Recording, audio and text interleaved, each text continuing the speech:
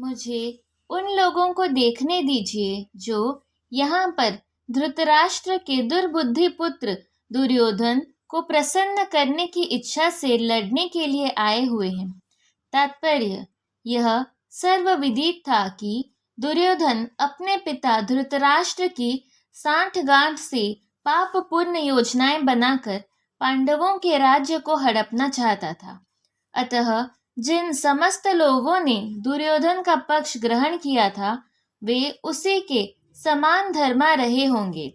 अर्जुन युद्ध प्रारंभ होने से पूर्व यह तो जान ही लेना चाहता था कि कौन कौन से लोग आए हुए हैं, किंतु उनके समक्ष समझौता का प्रस्ताव रखने की उसकी कोई योजना नहीं थी।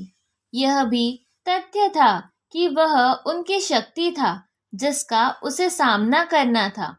अनुमान लगाने की दृष्टि से उन्हें देखना चाह रहा था, यद्यपि उसे अपनी विजय का विश्वास था क्योंकि कृष्ण उसके बगल में विराजमान थे। संजय ने कहा, हे भरतवंशी, अर्जुन द्वारा इस प्रकार संबोधित किए जाने पर भगवान कृष्ण ने दोनों दलों के बीच में उस उत्तम रथ को लाकर खड़ा कर दिया। तात्पर्य इस श्लोक में अर्जुन को गुड़ाकेश कहा गया है। गुड़ाका का अर्थ है नींद और जो नींद को जीत लेता है वह गुड़ाकेश है। नींद का अर्थ अज्ञान भी है। अतः अर्जुन ने कृष्ण की मित्रता के कारण नींद तथा अज्ञान दोनों पर विजय प्राप्त की थी। कृष्ण के भक्त के रूप में वह कृष्ण को क्षण भर भी नहीं भूला पाया क्योंकि भक्त का स्वभाव ही ऐसा होता है। यहाँ तक कि चलते अथवा सोते हुए भी कृष्ण के नाम, रूप, गुणों तथा लीलाओं के चिंतन से भक्त कभी मुक्त नहीं रह सकता। अतः कृष्ण का भक्त उनका निरंतर चिंतन करते हुए नींद तथा अज्ञान दोनों को जीत सकता है। इसी को कृष्ण भावनामृत या समाधि कहते हैं। प्रत्येक जीव की इंद्रियां तथा मन के निर्देशक अर्थात ऋषिकेश के रूप में कृष्ण अर्जुन के मंतव्य को समझ गए कि वह क्यों सेनाओं के मध्य में रथ को खड़ा करवाना चाहता है। अतः उन्होंने वैसा ही किया और फिर वे इस प्रकार बोले। भीष्म, द्रोण तथा विश्व भर के अन्य समस्त राजाओं के सामने भगवान ने कहा कि हे पार्थ, यहाँ पर एकत्र सारे कुरुओं को देखो।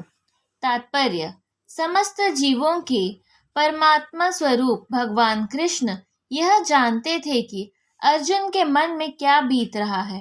इस प्रसंग में ऋषिकेश शब्द का प्रयोग सूचित करता है कि वे सबको जानते थे।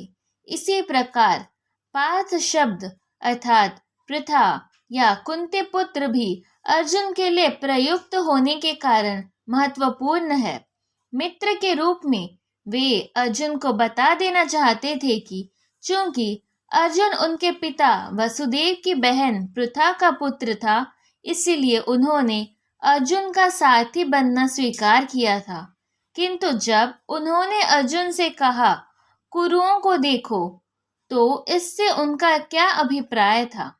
क्या अर्जुन वहीं पर रुककर युद्ध करना नहीं चाहता था? कृष्ण को अपनी बुआ पृथा के पुत्र से कभी भी ऐसी आशा नहीं थी।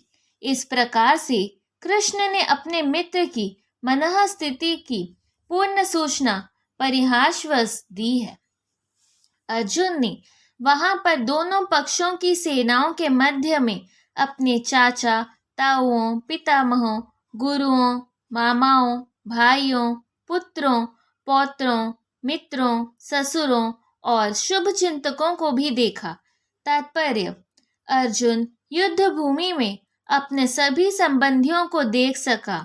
वह अपने पिता के समकालीन भूरुश्रवा जैसे व्यक्तियों, भीष्म तथा सोमदत्त जैसे पितामहों, द्रोणाचार्य तथा कृपाचार्य जैसे गुरुओं, शल्य तथा शकुनी जैसे मामाओं, दुर्योधन जैसे भाइयों, लक्ष्मण जैसे पुत्रों, अश्वत्थामा जैसे मित्रों एवं कृतवर्मा जैसे शुभ चिंतकों को देख सका।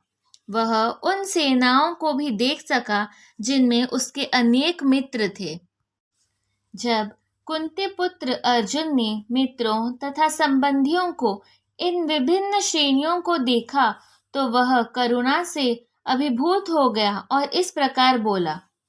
अर्जुन ने कहा, हे कृष्ण, इस प्रकार युद्ध की इच्छा रखने वाले अपने मित्रों तथा संबंधियों को अपने समक्ष उपस्थित देखकर मेरे शरीर के अंग कांप रहे हैं और मेरा मुंह सूखा जा रहा है।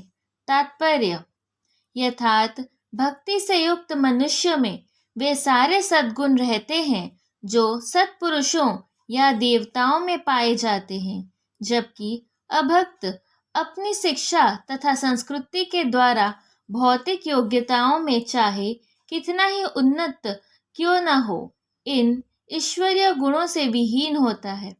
अतः स्वजनों, मित्रों तथा संबंधियों को युद्ध भूमि में देखते ही अर्जुन उन सबों के लिए करुणा से अभिभूत हो गया जिन्होंने परस्पर युद्ध करने का निश्चय किया था।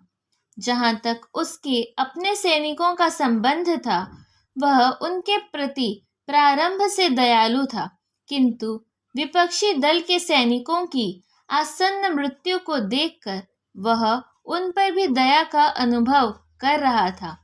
और जब वह इस प्रकार सोच रहा था तो उसके अंगों में कंपन होने लगा और मुंह सूख गया।